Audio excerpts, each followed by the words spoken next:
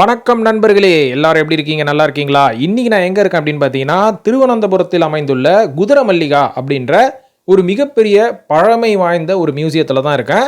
இந்த இடத்தோட சிறப்பு என்ன அப்படின்னு பார்த்தீங்கன்னா, கொஞ்ச நாளைக்கு முன்னாடி இந்த வின்னர்ன் அப்படின்ற ஒரு படம் நான் பார்த்தேங்க. பிரசாந்த் வடிவேல் நடித்த படம். இந்த படத்துல வந்து ஒரு மிகப்பெரிய அரண்மனை ஒண்ணு காமிப்பாங்க. ஸோ நம்ம சுத்து வட்டாரத்துல இந்த அரண்மனை எங்கப்பா இருக்கு? பார்க்கறதுக்கே ரொம்ப அழகா இருக்கு அப்படின்ற மாரி விசாரிச்சதுக்கு அப்புறம் தான் தெரிய வந்தது, இந்த அரண்மனை வந்து திருவனந்தபுரத்துல தான் இருக்கு. இதுக்கு பேர் வந்து குதிரமல்லிகா அப்படின்ற மாதிரி. ஸோ அதுக்கப்புறம் எங்க நாங்கள் அடுத்த வேலை டக்குன்னு கிளம்பி போய் அந்த இடத்த போய் பார்க்க வேண்டியது தானே. அந்த மாதிரி நானும் கிளம்பி போயிட்டேன் குதிரமல்லிகாவை பார்க்கறதுக்கு.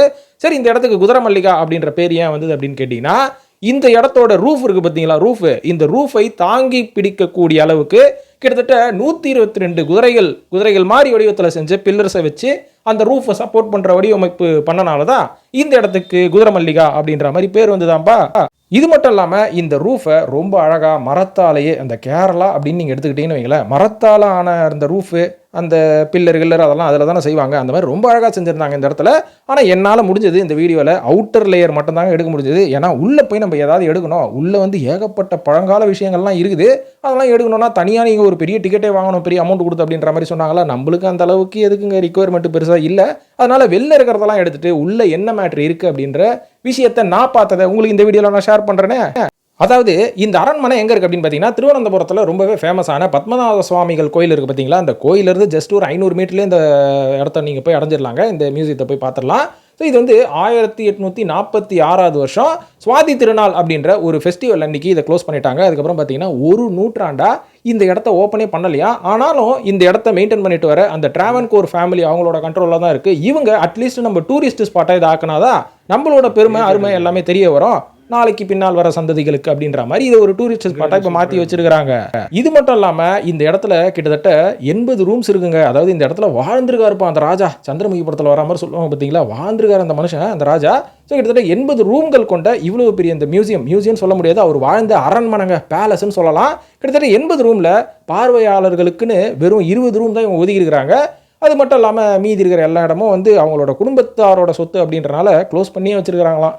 இது மட்டும் இல்லாமல் உள்ளுக்குள்ளே என்ன இருக்கும் அப்படின்னு பார்த்தீங்கன்னா, இந்த மகாராஜா இங்கே வாழ்ந்தார் பார்த்தீங்களா, இவர் வாங்கின சிற்பங்கள், இவருக்கு கிஃப்டாக வந்த சிற்பங்கள் சைனா, ஜப்பான், ரஷ்யா அப்படின்ற மாதிரி ஊர்கள்லேருந்து இவருக்கு ஏகப்பட்ட கிஃப்ட் ஐட்டம்லாம் வந்துருக்குதுங்க. அதெல்லாம் உள்ளே பிளேஸ் பண்ணியிருக்காங்க. அது மட்டும் இல்லாமல் இவர் வீட்டில் அழகாக இருக்கணும்னு சொல்லி அந்த செய்து வைத்த சிலைகள், வாள், அவர் யூஸ் பண்ண வாள், விளக்குகள், இது எல்லாமே யானைத்தந்தத்தில் செஞ்சுருக்கிறாங்க. அத்தனை யானைத்தந்தம் எங்கேருந்துப்பா கிடச்சிது அப்படின்ற மாதிரி யோசிக்க தோணுச்சு. அதெல்லாம் நம்ம பேச முடியாது இப்போது. ஆனால் அந்த காலகட்டத்தில் ராஜாக்கள் கையில் அதெல்லாம் கிடச்சனால தான் அப்படி வாழ்ந்துருக்கிறாங்க வாழ்க்கை. அதனால் நீங்கள் இந்த இடத்துக்கு வரதா இருந்தால் தாராளமாக வாங்க, திருவனந்தபுரம் வாங்க. வந்துட்டு பத்மநாப சுவாமிகள் அவர்களை வழிபட்டு விட்டு பக்கத்துலேயே இந்த மியூசியம் இருக்குது, இங்கேயும் வாங்க. மியூசியம் சொல்கிறேன் பாருங்க, மறுபடியும் பேலஸ் இருக்குது. இந்த பேலஸுக்கு வந்து உள்ளுக்குள்ளே என்ன இருக்குது அப்படின்றத நீங்கள் எக்ஸ்ப்ளோர் பண்ணுங்கள். இது வந்து ஒரு 100 ரூபா டிக்கெட் சார்ஜ் பண்ணுறாங்க. கூடவே ஒரு கைடும் கொடுக்குறாங்க.